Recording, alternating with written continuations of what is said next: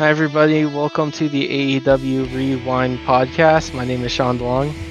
And I'm Justin Bradley. And tonight's episode was a very eventful episode, you can definitely say. Yeah, I mean, there was a lot of positivity with this episode. A lot of people really like this episode. Everyone's been talking about it. A lot of good things front and back. I mean, obviously, it's not it's probably going to be controversial tomorrow morning with the whole ending, which we'll get to. But other than that, man, really good show.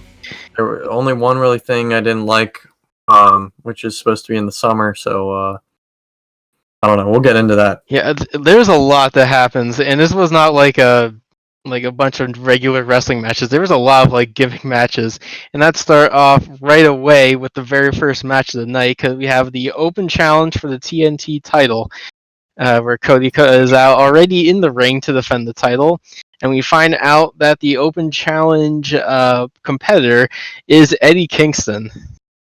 Yeah, and if you want me to be honest here, I had no idea who this guy was. I was expecting it to be a Zack Ryder, maybe everyone was saying Warhorse. That's like an independent guy that everybody wants in a challenge. Or like a Chris Hero, or like a Rusev, like somebody like that. But it went this way. He impressed me though. He came out right on the mic. Many people. Yeah, I mean, he did a really good job of, showing, not casual fans, what I'm saying, but like someone who doesn't watch independent wrestling and, mainstream wrestling. So he did a really good job of drawing the viewer in.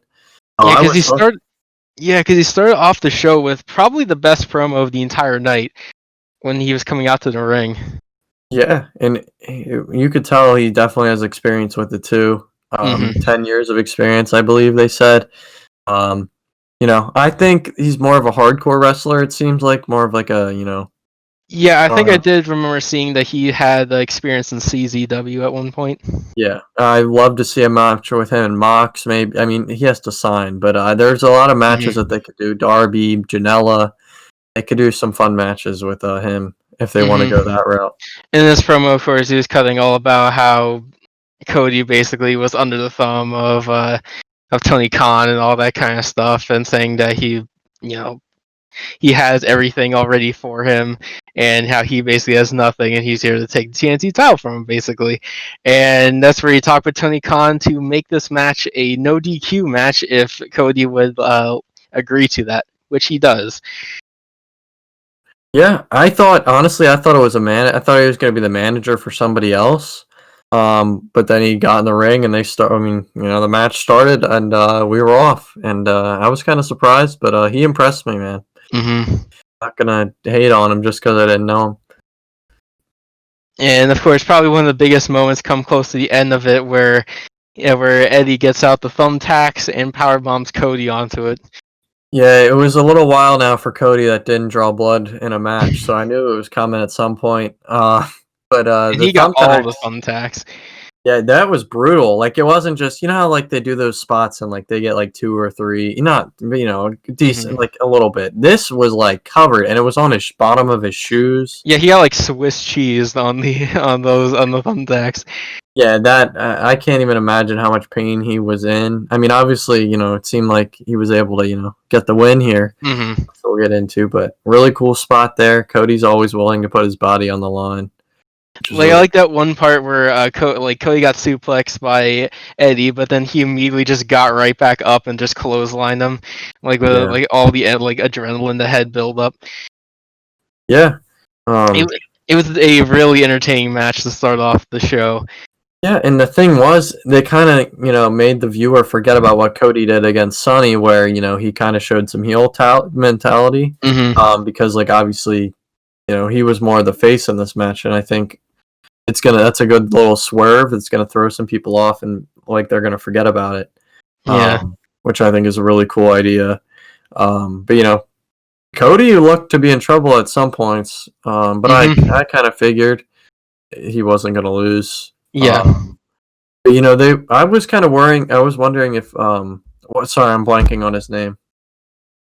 The guy who wrestled Cody? I'm completely blanking on. Eddie Kingston. Yeah, Eddie Kingston. I was wondering if he actually hurt his knee or if they were working the knee that whole match. I think they pointed out that he might have had like knee surgery at one point recently. Because they were really he was either really good at selling that or they were really good at. I mean, that was an injury. I mean, I don't know. It looked pretty legit to me. Mm-hmm. And like they talk about how he is, like I said, very hardcore based, also very dirty, like a very like a dirty wrestler the entire time. Like he gouges at the eyes of Cody. There's a low blow at one point. Yeah, and I mean, this is like I've kind of told myself this to my friend who I was watching with at the time that he reminds me of like an older version of Santana Ortiz, and that like a minute later, JR or somebody said that he was a manager or worked with Santana Ortiz at Impact, which I mean, it makes sense. Yeah, I mean, he's kind of. I mean, if you think about Santana Ortiz, they like do a lot of the things that he does. They really blend well together, so that was probably a good pairing.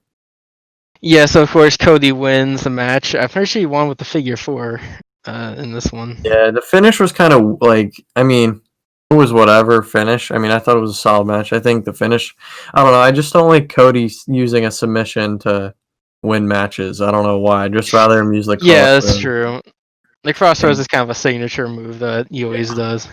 Maybe they couldn't have done it because of the attacks or whatever. I don't know, but yeah, I mean, it was a good match. We'll have to see what they do with this next week, as they announced that he's obviously defending it again, but they didn't say who. I hope next week is going to be like another surprise person. Yeah. I hope it's. They just got to keep it like that because it really draws viewers in because you don't know who it's going to be, so you have to watch it. And like, because like this week it was about the same way like that. Yeah, nobody knew. They said it was like a top independent star or like a free agent, and I was like, okay, so it's probably one of the WWE Cup people. And it wasn't. Then, of course, recently many of them went to Impact. Yeah, good for them though. Good for Impact. We can talk about that maybe later or something about Impact, maybe at the end. Maybe. Yeah, but solid match. I mean, he surprised me. Eddie Jackson. Yeah, I mean, I'm excited to see where they take this. And we saw like afterwards, they had on Twitter an interview with him, which everyone's been talking about because like he cut like a very, you say like babyface style promo, and like I'm not too sure what his like what his personal life is more like. Yeah, but from how he was cutting it, is that like he basically saying is that like wrestling is all he's got left. And he was like ready to cry like at any second during that like interview. Yeah, you could tell like it wasn't like he wasn't faking it. Like that was definitely legit emotion right there. If you haven't watched that, anybody listening, go check it out. It's on AEW's social media pages. But yeah, I'd imagine. I mean, AEW is really good at listening to the fans and doing what they want to do. So I mean, everyone wants to sign him. Yeah, everybody wants him on the roster. You know, I don't think he needs to be on the show like every week, but you know, like I think he would be a good person to put on here or there, have a feud with somebody here and there. Maybe even have him manage Santana Ortiz. Yeah, I mean, Inner Circle's kind of there right now. I mean, they could add him to the Inner Circle, I guess. I don't know. I mean, who knows? So the next segment that they have is a promo from Jon Moxley. Yeah, and this was great. I mean, I don't know what else to say. It's just classic Jon Moxley. It was a classic Jon Moxley promo talking about how he prided himself on keeping it real and basically pointed out that he did exactly what he said he was going to do, target the arm, and that's what he did.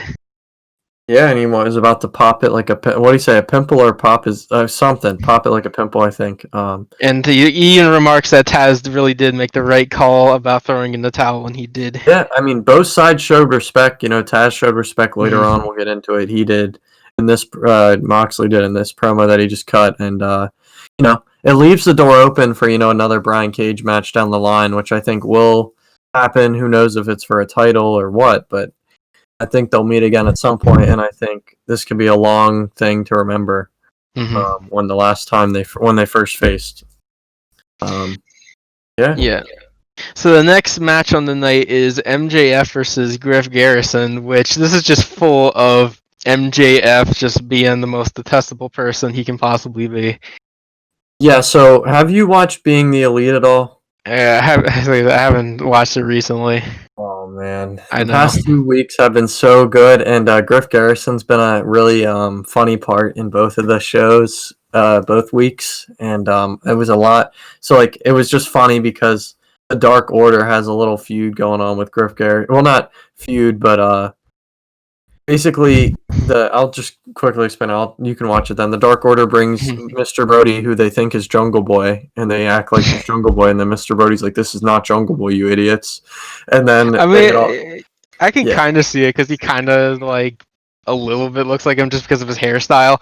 Yeah, But this past week he talked. So like the whole thing is Colt and Kenny have this thing going on the show where they're like Colt messes with Kenny and all this stuff, but they're like they're teasing Kenny's turning heel. So everybody yeah, now the thing is everybody warns Colt like don't do this because you're gonna die if you mess with Kenny right now. So Griff Garrison was the one to stop him, and then Colt just thought he was Jungle Boy again.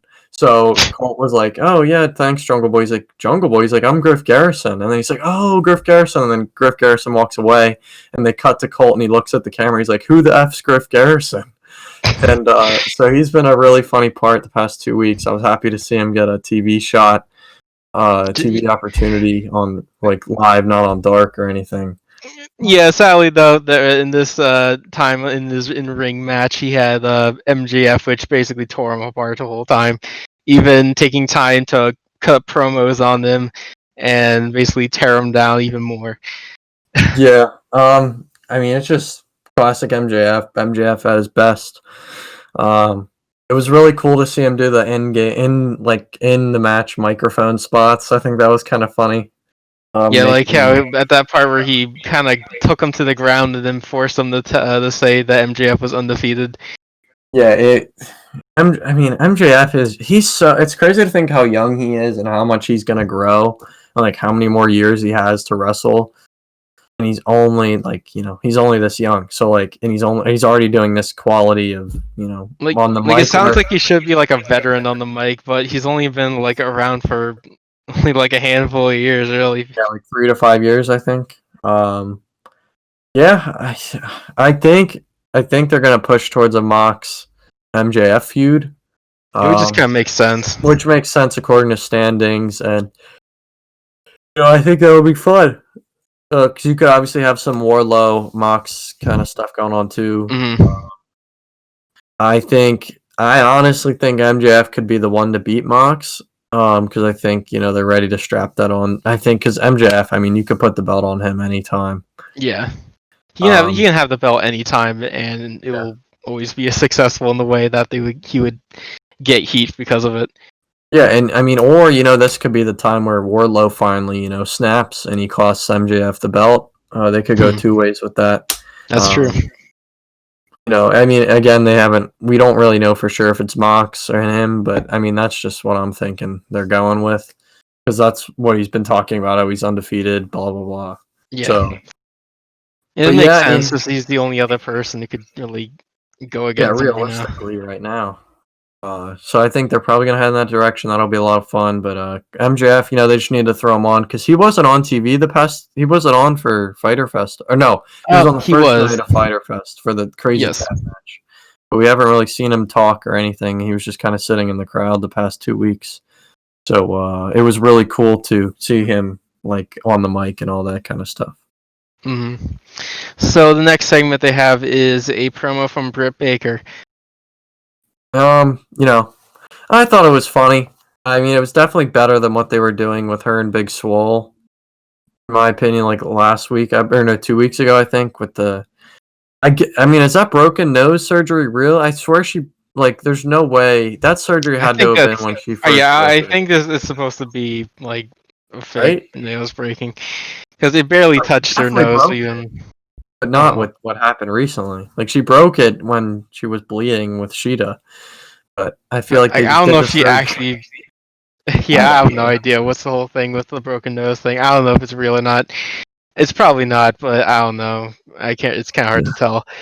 But of course, she talks about being like, "You'll never give up on the role model," and she tries to make all these references to like comebacks and all that. And she makes a wrong reference of Michael Jordan saying she came back to like I don't even think it was like the Hornets or something. The Wizards. Oh yeah, the Wizards. And which of course like Tony and all of them correct her on that like that's not right. Well, because when Michael Jordan came back to the Wizards, or because he retired with the Bulls, and then he came back surprisingly to the Wizards, and he didn't play as well as Michael Jordan. Yeah. So that was wrong. I was saying that, and then somehow at the end she just says, "I'm Michael Jordan." I don't know. I don't know. I mean, it's what it was funny. I get it. It's just my thing is you're taking away. I think you could be putting Sheeta. You could use that time slot for Sheeta. I know she can't speak too well of English. I mean, she's working on it. She's getting better with her English, but like they could have done something. I feel like to build that title up. Yeah, besides her sitting in the crowd. Because like Britt can't do anything right now. I mean, All Out's in September 5th, I believe. So like that's still a whole month away. I just feel like this whole Britt Baker thing's going to get stale. The only hope that I have for this is that they're just using Britt Baker a lot to get Adam Cole, maybe to switch sides. That's what I have no idea anything about that yet. That's my conspiracy right there. That's a lot of conspiracy talk when with her and with him and Britt Baker, because that's the whole thing is a big thing but conspiracies. Yeah, that's my conspiracy is that they're trying to really push Britt Baker to make Adam Cole feel happy about it. So I don't know. I don't know what they have in store for the next month with Britt Baker, but I really hope they do like every other week instead of every week. Maybe that's the way they can get out of it. So the next segment on the show is they have a promo from Taz where he kind of talks about kind of like some of the reasonings about why he did what he did during the title match, and they said they had a tough week and there was arguments but cooler heads prevailed. And he kind of gives Moxley's credit for having his ability in the match of working the arm, and then he guarantees that what happened with Cage will never happen again. And that's when kind of everything starts breaking down afterwards. Yeah, well, just real quick, like honestly, like I almost completely they did a good job with Brody about this, like recovering somebody after a loss, like a big someone they're building up. Like Brian Cage, like after I saw them lose, I was kind of just, why did he they buried him? Not buried him, but I just didn't think he would be able to recover. And this week, it's like already gone. I feel like. Yeah, I feel like he'll definitely go on to win a bunch more. Like Cage never tapped. He never did any of it. He just Taz thought. I mean, if he tore his bicep, he wouldn't be wrestling. So yeah, Taz made a bunch of good points. Like sure, yeah, you don't want to make sure he doesn't get hurt again. So it's kind of like yeah. I mean, they did a really good job again with recovering from a big loss after building somebody up, and as we'll get to what happens after this promo. Because classic Taz. I'm excited to see what they have in store with this duo that it seems like they're pairing together. Yes, and this leads to Darby Allin coming out, and then he gets attacked from behind by Ricky Starks. Yeah, so on Dark, I watched Dark last night because they do it Tuesdays, obviously. I know a lot of people aren't watching Dark right now. One, because of the crowds, and it's just like a lot of jobber matches to get people over. But yeah, Ricky Starks attacked Darby last night on Dark, so like it carried over, trying to get people to watch Dark. But I really like this pairing. It's an odd one. I never would have thought it. But you kind of got the smaller. I mean, I wouldn't say smaller guy because like with Brian Cage, it's like everyone looks small compared to Brian Cage. But, you got. I think it's a great duo. Obviously they're not going to be tag team all the time, but yeah, I think. I think it's a solid duo for Ricky Starks to get built into, and Ricky Starks were really good with promo work, but Taz could talk too for him if he wanted to. And that's of course after after Darby Allin starts getting attacked by both Cage and Ricky Starks. Moxley comes out to make the save with a barbed wire bat, which then of course sets up the match that they would announce for next week. Yeah, which I mean is going to be awesome. It sounds like it's a tornado tag. Yeah, that's what it seems like it's saying. Everyone's like, "Oh, well, that's all LAEW tag matches are tornado tags or whatever." But it's just kind of funny. But yeah, I'm excited. Mox, you got two big main eventers on that in the tag match, so it's going to be great. Ricky Starks is good too, and obviously Darby. I mean, you got three main eventers technically because Darby's definitely one.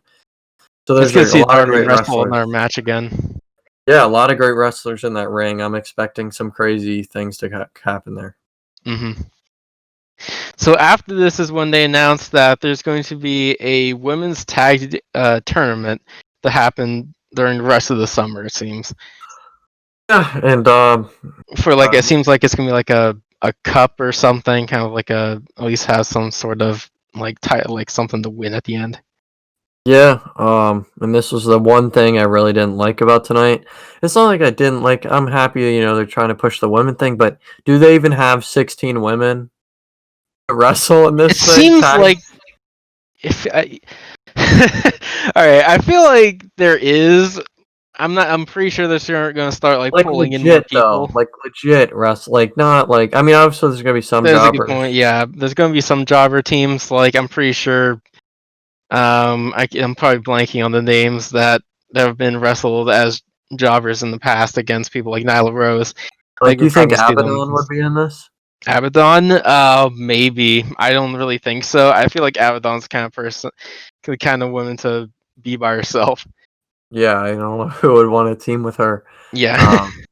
But yeah, it's just like my thing is like just focus on the singles division before you don't all your entire wrestlers are either one out of the country and can't come in or two they're hurt. So like just focus. Maybe this was a long planned ahead kind of thing and they're just going with it, whatever. But you don't even build the singles division properly. Like the only thing I hope or I pray for is that Brandy and Allie don't win.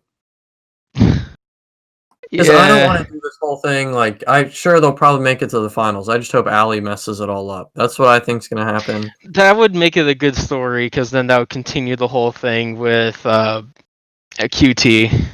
Yeah. So I just hope they don't win because I feel like that's too obvious. And like, if we're gonna do this whole thing, I hope they give someone else the shine. Some legit wrestler, like not Brandy. I mean, I love Brandy's a great person, obviously, but she's not wrestling's not her primary thing. So I hope they give it to somebody or two people that deserve it. Like new up and starter people. Yeah, obviously, sense. you got Nyla Rose. They showed in there with Nick Vicky, so who knows I don't know who her partner would be. It looked like maybe it would be Penelope. I don't know. I mean, that could kind of work. Yeah, the thing is, like with the men's division, you can kind of like pick and choose people and like, oh, that would make sense. Yeah, in the men's division, you can like put anyone together. Yeah, the women, it's just gonna like I don't know who works well together other than like Penelope, Nyla, and I mean the two other people that were in that big division for it are hurt. I mean, they talked about like Diamante and Evilise kind of had like a tag team kind of relationship at one point, which we'll get that match later. Which they could potentially be together. I don't know. I think this is not going to be good. I don't know. We have to see how this goes. Yeah. So the next segment of the night is they had an interview with Chris Jericho in the Inner Circle, which Chris Jericho this week was still wearing the jacket that he wore when all the orange juice poured on top of him, which I thought was kind of interesting. I mean, why? I mean, it's $7,000. I'm not just gonna stop wearing it because there's orange juice on it. Come on. But no, that was a good. I mean, again, all these promos, just classic everybody tonight. Yeah, it's just classic everybody. Chris Jericho, and then at the end, kind of got a little angry, and then he's like, "Do I still smell like orange juice or whatever?" That's Santana. He's like, "Do I still smell like orange juice?" And then Santana's like, "Yeah," and then Jericho still gets mad about it. He's like, "What? Am I gonna lie to him?" And then, of course, they say that they're gonna embarrass Cassidy and Jurassic Express and make Luchasaurus extinct. Yeah, which we learn later as the match next week, which will probably be insane too. But yeah, I mean, what? Yeah, so they had this good little promo with the Inner Circle. And then what happened? Was this? Did they go right into? Yeah, they would go then right into the Falls Count Anywhere tag team match between the Young Bucks and the Butcher and the Blade, which this match was fantastic. Yeah, great. This was like, yeah, this is like the creativity that the Young Bucks love to do. And obviously they started off in the kitchen with the Butcher and the Blade, Yeah. doing Butcher and Blade things with their aprons on, and then they had to stop and wash their hands, For which I being thought was butchers, great. Yeah, I just love how they had to wash their hands and they had to take the apron. Well, Butcher, I mean the Blade. No, sorry, the Butcher had his apron on the whole time. It was, yeah. And I feel like the meat I think that they were supposed to have been butchering, I think got used by the Young Bucks at one point. Yeah, I was like, well, now he has to go wash his hands. That's what I thought to myself. Well, technically, shouldn't he be washing his hands? We got a whole pandemic going on. Yeah, this match was all over the place. Like it started in the kitchen of the TIAA Bank Field, which then goes out towards like the concessions area. Yeah, and they're just beating the crap out of each other, using all the objects. I thought they were going up the escalator for sure, but yeah, like that part where the Young Bucks double super kick Blade onto the escalator. He just kind of like gets taken up to the other the top floor. Yeah, I was like, oh, we're going up there, but that didn't happen. They cut back to them in the ring, or going back to the ring. Yeah. So of course this goes to back to the ring, like you said. Then that's where then the Blade then catches up to him, which I thought wonder how fast he had to gallon over there because it was taped. So yeah, it was taped. So technically, yeah. I mean, if it was live, I don't know how he did it, but yeah. But there was he took a bump. I mean, I know he was supposed to hit the table, but he did not even touch the table on that dive to the outside. Yeah, and so I think it was that was brutal. There's that part where Butcher was kind of like he was put onto the middle rope, like kind of like 619 style, and then I forgot which one it was. Nick kind of just takes a chair and just throws it into Butcher's face, and they just kind of whipped it right into his face, and looked brutal. Yeah, I think that was Nick, maybe. Yeah. Butcher and the Blade, man. I mean, they're doing really well. We say this every week, but from when they first appeared with in AEW, when they kind of had a botched kind of debut, when it was kind of everyone's like, I don't know who's well, Excalibur was trying to put him over, and Jericho was like, "Who is this? Who?" It's stupid JR thing to do. Just ruin the whole entrance of them. But they've really developed every week as characters and wrestlers, and I really like the new look they have, the all white. Because I think this might be one of their best matches. Oh yeah, for sure. This is easily one of their best matches. I mean, the 8-man tag was great. This one, it just I feel like there's something about Butcher and Blade and like a Falls Count Anywhere kind of hardcore match environment they do really well at. Yeah, for sure. It's fun to see too. Them.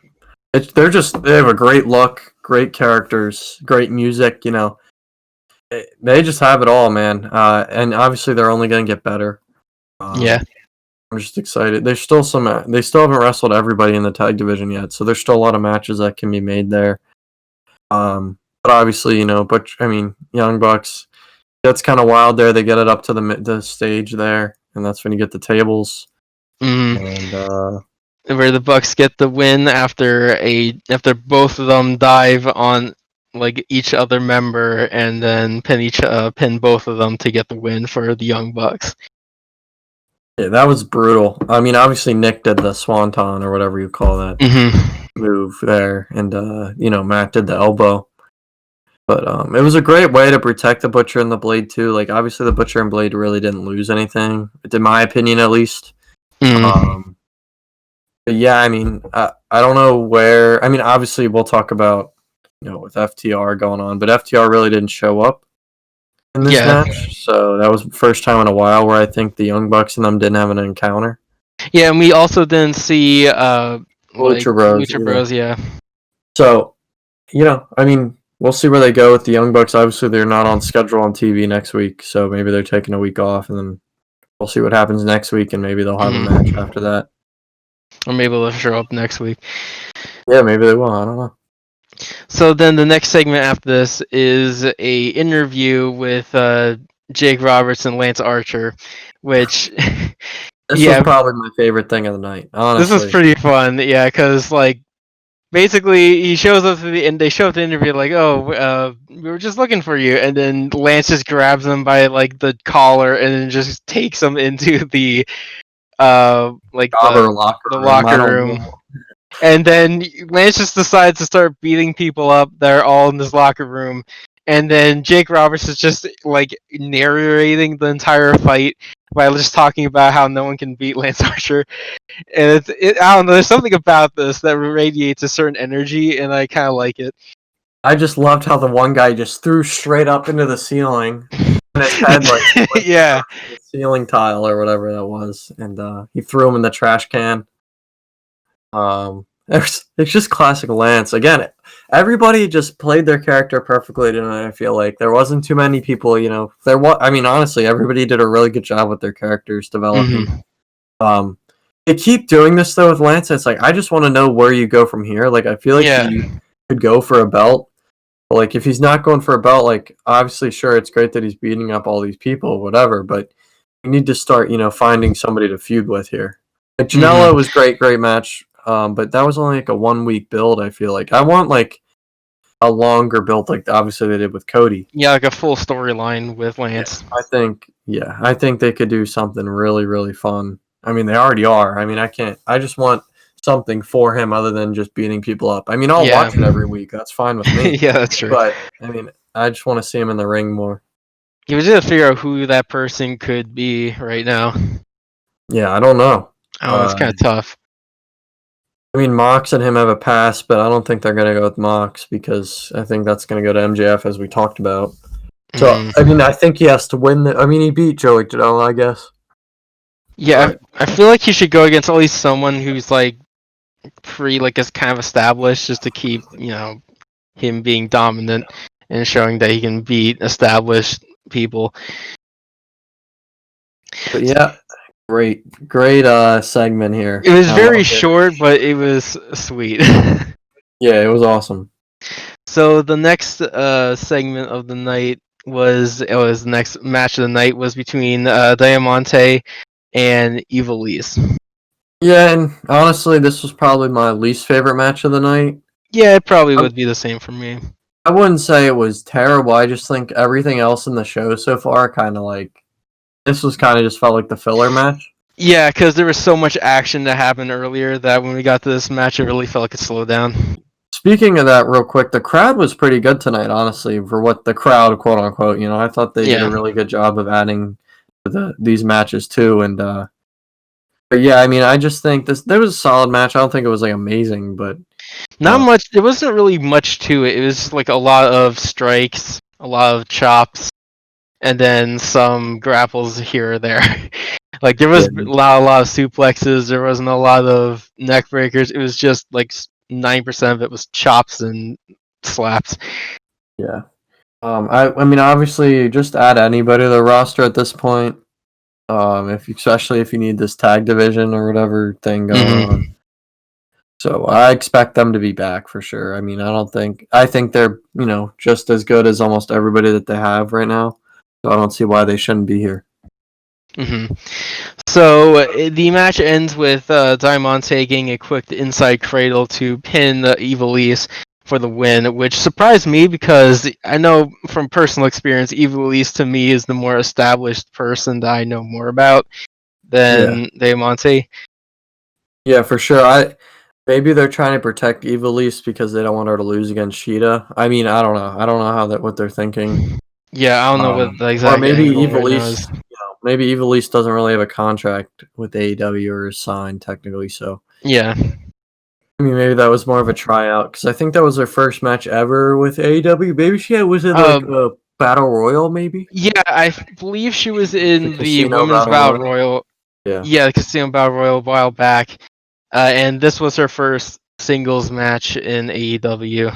Yeah, so maybe that was a little bit of a tryout. I mean, I don't think you really need to try her out because Mm-hmm. I mean, you know what she brings to the table.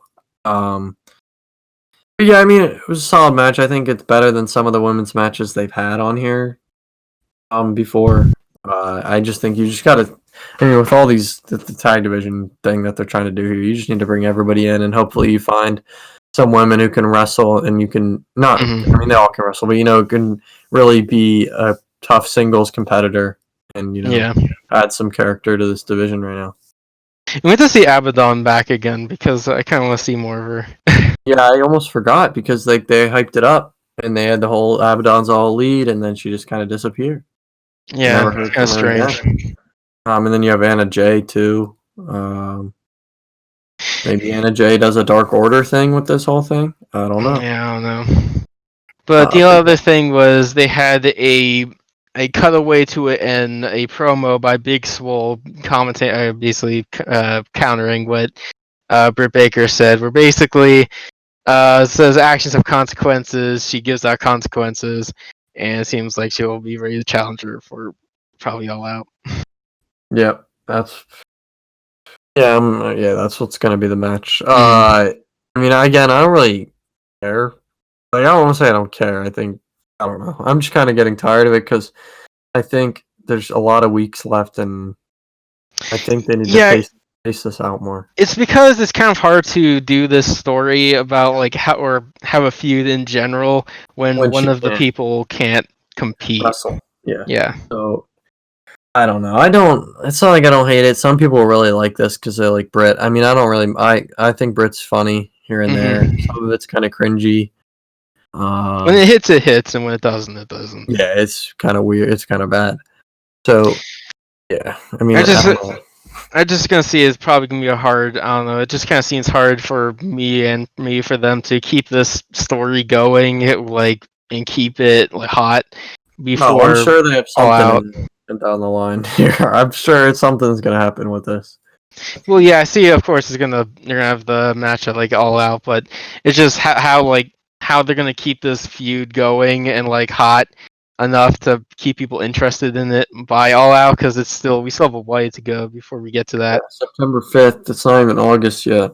Hmm. And if they're gonna keep this feud going, it's gonna take something. I don't know what, but it's gonna be hard to maybe keep me invested in the story if it's something that's not gonna happen until like September, and it's one of the people in this feud doesn't compete because they're Yeah, injured. and I hope that's not her first match because she's gonna be rusty too. Oh yeah, that's But true.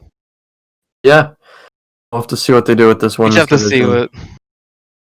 And So, yeah, so then the next match of the night is Hangman Adam Page versus Allen Five Angels.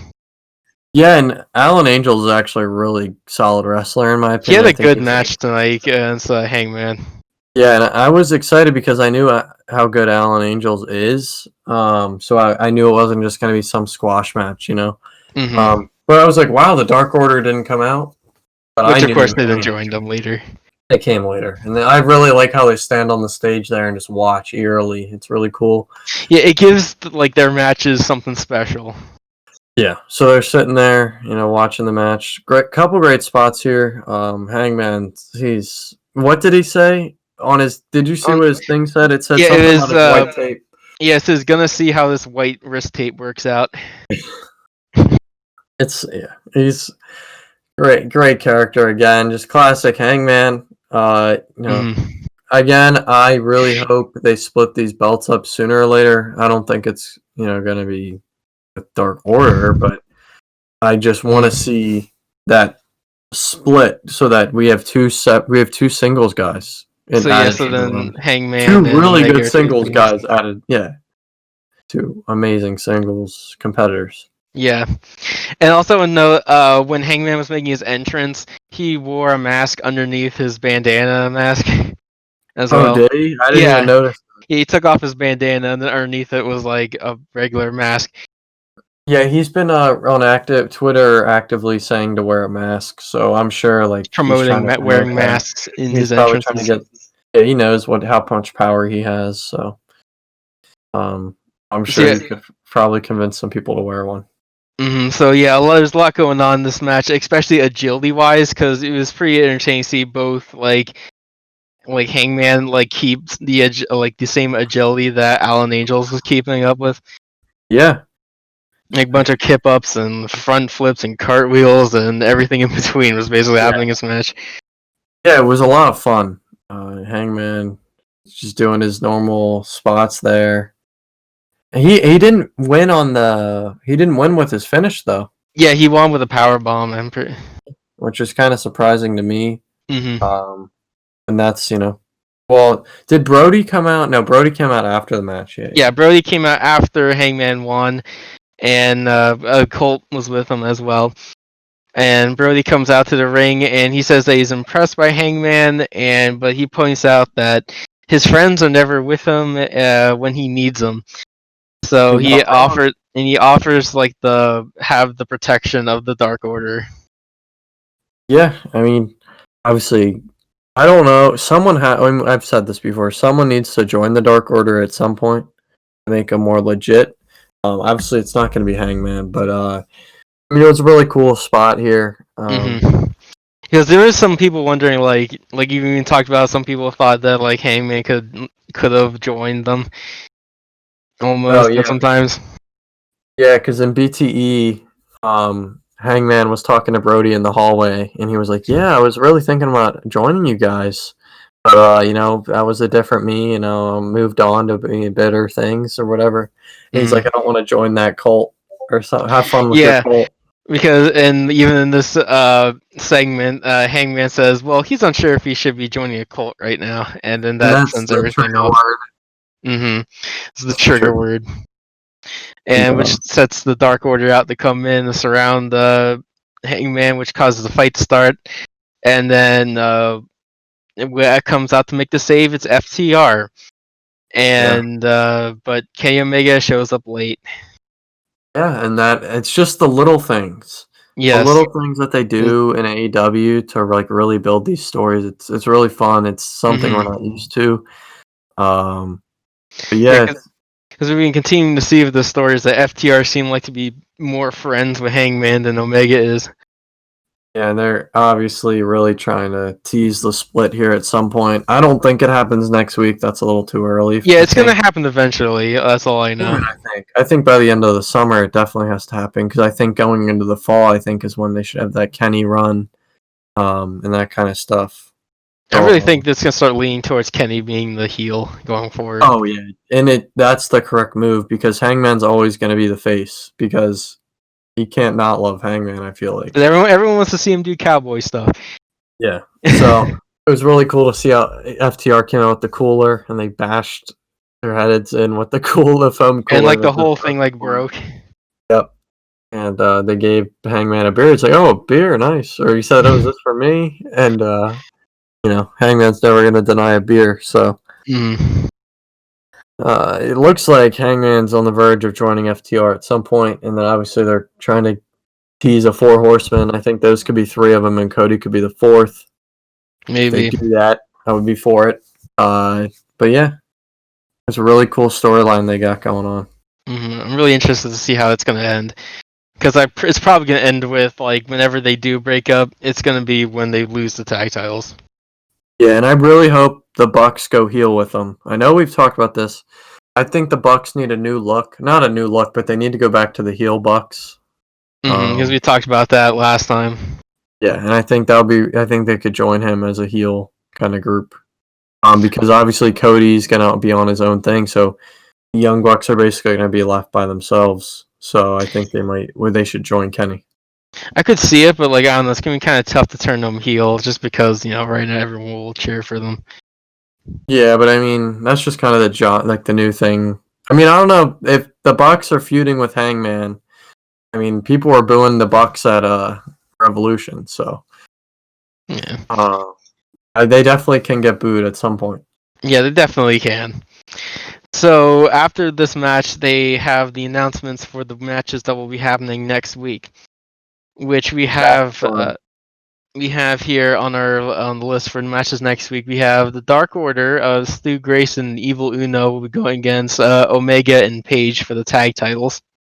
Which should be fun. I'm sure there's going to be some shenanigans going on. But honestly, I believe like a match like this could have like legit build to it. I feel like. Yeah, it could. I mean, but it's whatever. I don't know. I don't think this match is going to end clean at all. I mean, I think there's going to be shenanigans. Like the pins, it's going to be a clean pin, but there's something that's going to happen. You know, there'll be outside interference from the Dark Order all the time, and FTR will get involved. Young Bucks, maybe. I don't know. Yeah, because it always happens when the Dark Order are in these like matches for titles. You always have outside interference from the other members of the Dark Order. And who knows? They could throw a swerve. Maybe Dark Order wins the belts, but I don't think it's going to happen. I don't think it's going to happen, but that would be a gigantic upset if that actually happens. Yeah, and then I don't know what you do with Kenny and Hangman at that point. I don't think you split them next week, but yeah, I think it wouldn't be the right time. No, I don't think it would be either. But I mean, I wouldn't be against it depending on how they do it. That's a great match. It looks like, and then what other one? Did we talk about Brian Cage's match? Not yet, but they also announced Hikaru Shida is defending the title against Diamante. Yeah, it's whatever. It's not for the belt. I'm sure Shida's gonna win. It might be a fun match, but I mean, Shida's gonna win that for sure. Unless maybe Nyla comes out with Vicky Guerrero after the match. Yeah, I could see it. Afterwards, they also announced that they have Darby Allin and Jon Moxley teaming up against Brian Cage and Ricky Starks. Yeah, that's gonna be a fun one. Brian Cage that should definitely be a fun match. Yeah, Darby's gonna probably die again. He'll take ridiculous bumps. Yeah, and he'll be medically unable to compete, but he'll skateboard. So, no, but honestly, I love Darby. Did you see his new tat he got? Oh yeah, it's like his entire arm is like a skeleton arm. Yeah, it's sick. I mean, I'm sure that hurts so bad, but he's pretty good with pain, so I'm sure it didn't hurt as bad as for him as anybody else. But it'll really look cool in his matches.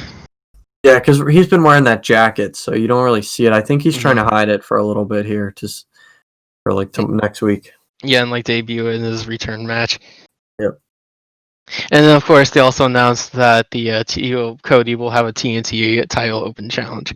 Now, this, I hope, I mean, we talked about it. I hope it's somebody non-AEW again, because I think that really draws the viewers in. It will keep the momentum going with this. I also want, I mean, Rusev would be really fun. I know he's recovering from COVID. I don't know if he has symptoms, but he tested positive like a week or two ago, so I don't know what the recovery time. I mean, I know it's like 2 weeks or whatever. They got to be smart with that. But also, you don't want to not bury Rusev, but I think you could definitely build Rusev up pretty strongly.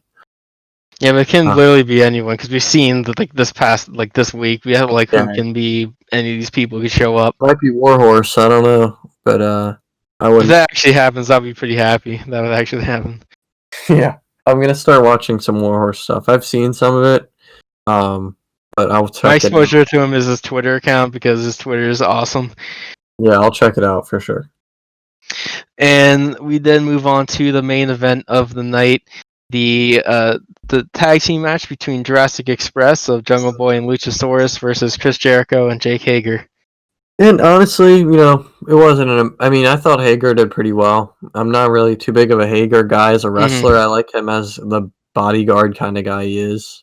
I think he did well against Luchasaurus.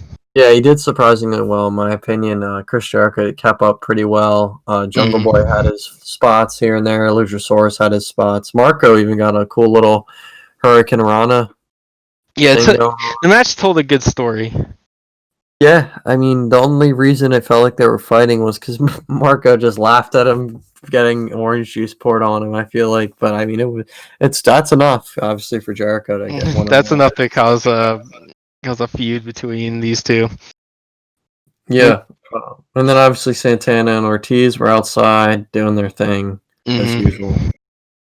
At one point, Jericho tried to get the bat involved, and Aubrey had to basically stop him from using it, and the whole argument broke out between the two.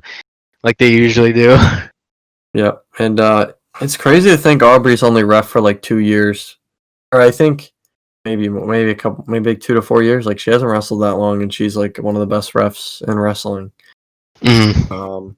She kind of is bringing that new style of reffing where they're more involved and they do their thing, and like I really like how the AEW likes to talk about the refs and like because they're people too, obviously. And they Yeah, put like over the refs. they also have experience, just like all the wrestlers in the ring. Yeah, and it's a really tough job for sure. Chris Jericho loves to have matches with Aubrey because they can have those spots because they're both two characters that go against each other so well. Yeah. Because I don't know, seeing Aubrey and Jericho go at it is always a fun thing to see. I don't know, they kind of have the same like energy when they get into like arguments. Yep. I mean, but pretty good match, honestly. I don't It was think a really good match to end the show. Yeah, for the end of the show, it was pretty good. Which we'll get to The finish, because when the back gets thrown out to the other side of the ring, then of course this is when lots of distractions starts happening. Like let's see, we have Marco Stunt gets involved, and then when kind of the chaos of that happens, we see that Serpentico, I'm pretty sure is his name. Yep.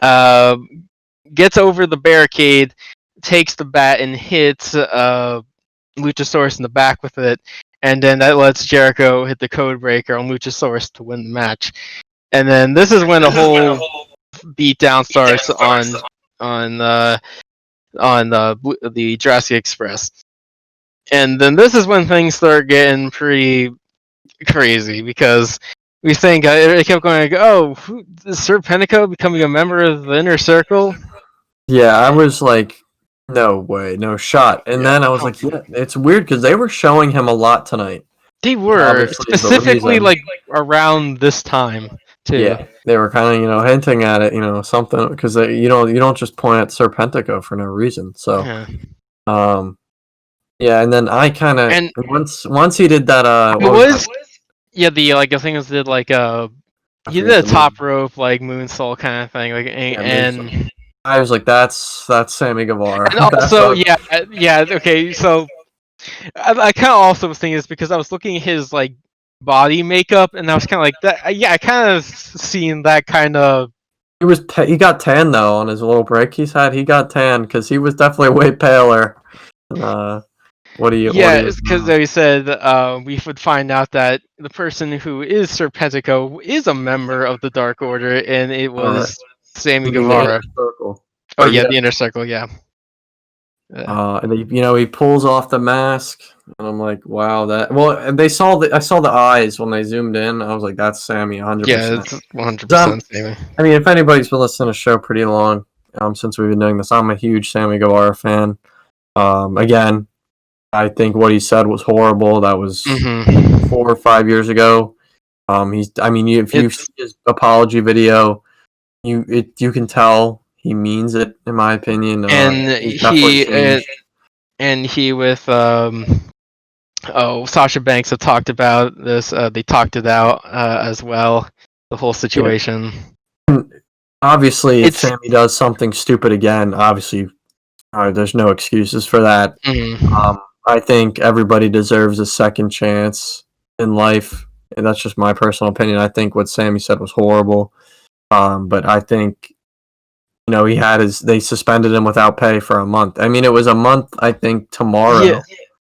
Yeah, I was thinking about this. Of course, right now this whole situation, especially online, is saying it's divided is kind of an understatement. I was kind of surprised that it was only about a month, and also it seems like they're just gonna kind of stick with what Sammy Guevara has been doing in the past. Yeah, see, I don't know. It's a touchy subject. It's really tough. I don't know how I would go about. We don't really. I mean, I don't know if they'll call him the Spanish God anymore. Who knows? I mean, they could just change some things about it. Maybe new music. I don't know. His attitude is about the same from like they seem like at the end of the show. Yeah, I mean, honestly, dude, like in the end, it's like I don't think I mean, I don't know how to explain it. I just don't think that really is. I think he could still be his character. I don't think Yeah, he should. probably. I don't I don't know how to know. explain it without saying something stupid here, but I just don't think. I think he could still be his character without there being trouble. Obviously, there's going to be the people out there, and Sammy's going to have to deal with that for Yeah, quite a we'll have to while. deal with it as well. For quite a while. It's unfortunate, but it's his. He said those things. You can't really. It's recorded. I was just kind of just surprised that it was only about a month that Yeah, I was they showed him expecting. off TV. Yeah, I was expecting him to show up like by All Out, maybe give him a couple more months, but he's Yeah, maybe All Out, maybe like November, maybe. yeah. I mean, yeah, they must, with my understanding, with how because if it was this early, they must have really, They must really trust them. yeah, they must really trust him, and maybe that training he did, the people who did it were like, look, like he's not that person anymore, like he's not, like he's completely changed now. So, and he's smart, dude. I mean, if you watch his YouTube when he talks to his fans, he knows how much wrestling means to him, and wrestling means to the like how big he is for some fans of his. But I think he's smart enough now. He's 4 years older. We'll have He to just see can't how make a it turns stupid out. mistake again because he's got the company's name on his shoulders now. Also, again, so We'll have to see how this all turns out in the future. But afterwards, we have this big reveal. We have Orange Cassidy and the Best Friends start come out to make the save. Basically, kind of late though. I have to say, they kind of came out to save Jurassic Express pretty late into this match. This whole beatdown, and this is where they would announce on commentary that next week there will be a 5-on-5 tag team match between the Best Friends and Jurassic Express, which I'm assuming is Luchasaurus and Jungle Boy, against the entire Inner Circle. yeah, that match. I'm guessing that's definitely main eventing because Chris Jericho's in it. But I'm sure that match is gonna be something else. Yeah, I'm sure Sammy's gonna get some stuff in because he hasn't wrestled in a while. I'm excited to see Sammy back on TV, and I like to see Jungle Boy wrestle every week. It seems like he does something new, and I'm sure we've seen what Jurassic Express has done together in like trios matches and like matches where they're all together. So I mean, I'm sure they have something, especially with the Best Friends. Their creativity is insane, and I'm sure Orange Cassidy's gonna have something. There's gonna be a lot of fun spots here, and I think it's gonna be a fun way to end the show next week if it is the main event. Yeah, and also I hope they only like tease a match between Jericho and Orange Cassidy. Like they don't actually really do much like in the ring, No. but they just kind of tease it. I want it to be with crowd of some sort of real crowd whenever they do that again, and I want Cassidy to go over. Yeah, because the crowd would absolutely go crazy if Jericho lost to Orange Cassidy in the crowd. Yeah, and it's not gonna hurt. It's not gonna hurt Chris Jericho. Like, are you kidding me? Like, that's true. Chris Jericho. He's the demo god. So There's even people I saw. FTR, one of the members, said on Twitter that was like Jericho is one of the best of all time. If you don't like agree with that, you're like fooling yourself. Yeah, you are. Like, even though he's not the best wrestling shape right now, like obviously because he's getting older, but everything he does is gold. I swear. Like he can't do wrong. Especially with AEW so far, I feel like he's literally done everything perfectly. Honestly, like I'm not kidding. Like I'm not trying to be biased or anything. Like I don't know one time where I was like, "Yeah, Jericho, this wasn't a good idea," or like this wasn't a good. That's thing. true. I can't name a single thing off the top of my head, and I think it was the great decision to put the belt on him. People are like, "Oh, you it really was the best decision that they could have done." Yeah, I get it. People are like, "Oh, you shouldn't have put on an ex-WWE guy if you're trying to build a new company." Well, but he was the guy to be like, "Oh, well, tune to AEW, see Chris Jericho, the champion." Yeah, so I think it was the great decision, marketing and that kind of wise. And I think, he doesn't even have the belt. He hasn't had the belt for quite some time. Also, it's always the best way to start a title existence with a heel champion. It's always just, for sure. So overall, yeah, this was definitely great show to come back to the regular Dynamite shows A lot after of these content. weeks of like specials. Yeah, and everyone be sure to tune into Being the Elite. You got to start watching it, Shawn. I know. I It's know. incredible. I mean, I look forward to it every Monday. The past two are like 30 minutes, but trust me, they'll fly by. There's a lot of funny skits in there, and I don't know. It's a good laugh, especially during the time that we're in right now. Yeah, and overall, like the stories that they've been telling in the ring recently has been increasing, especially with this Kenny Omega and Hangman story has been excellent. And I just want to see how's this going to end. Yeah, you got the Lance Archer story. You got who's Cody's gonna face. You got Brian Cage Mox. You got Brian Cage Darby. There's a whole bunch of content going on right now. You got Chris Jericho, Orange Cassidy. It definitely picked up right when they started coming back to Daly's place. Yeah, for sure. We'll talk about. I mean, I don't think fans are gonna be here for a little while more here, but I think.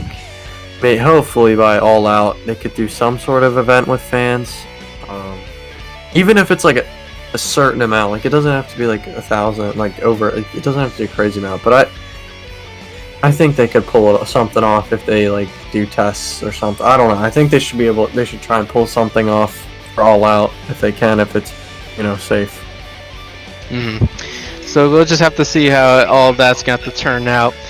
But that's going to have to do it for this week's episode of the AEW Rewind podcast. My name is Shawn Blong. And I'm Justin Bradley. Make sure you tune in next week for next week's episode of Dynamite.